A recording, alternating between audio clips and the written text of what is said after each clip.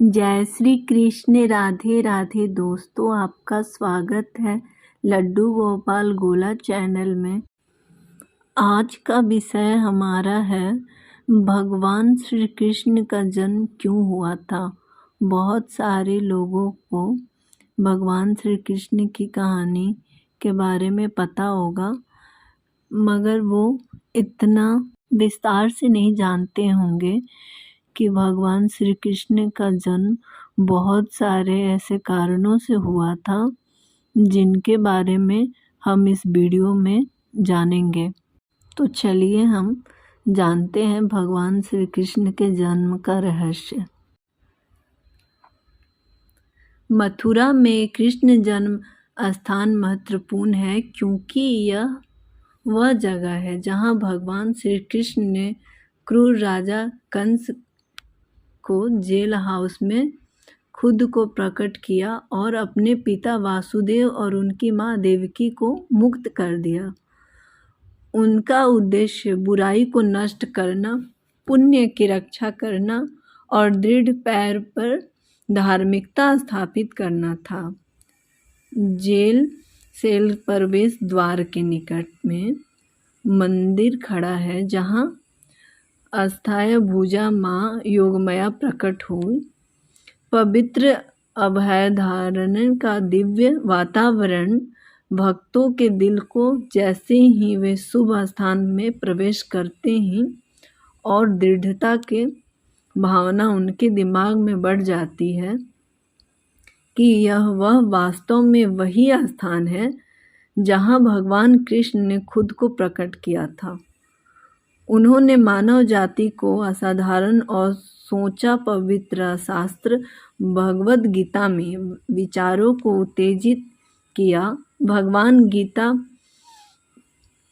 को उपदेश बना के हमारे इस धरती पे लाएं, हमारे शास्त्रों में लाएं। भगवद गीता इस आधार पर बताती है कि इस धरती पर हमारे जीवन को नियंत्रित करने वाले विचित्र क्षेत्रों में जीवन का नेतृत्व कैसे किया जाना चाहिए, क्योंकि हमारा आत्मा तो अमर है।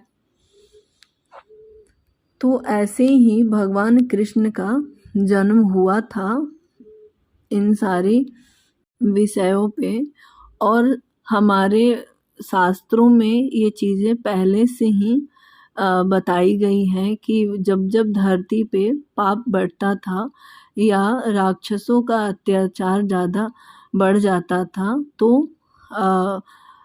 भगवान का जन्म होता था किसी रूप में।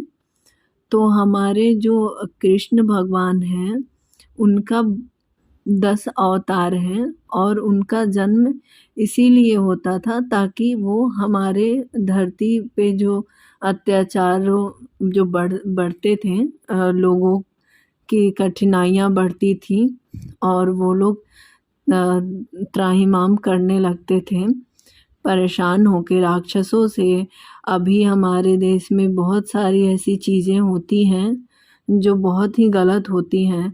तो इन सारी बुराइयों को ख़त्म करने के लिए, इनका अंत करने के लिए भगवान के कई रूपों में हमारे इस धरती पर जन्म लिए हैं।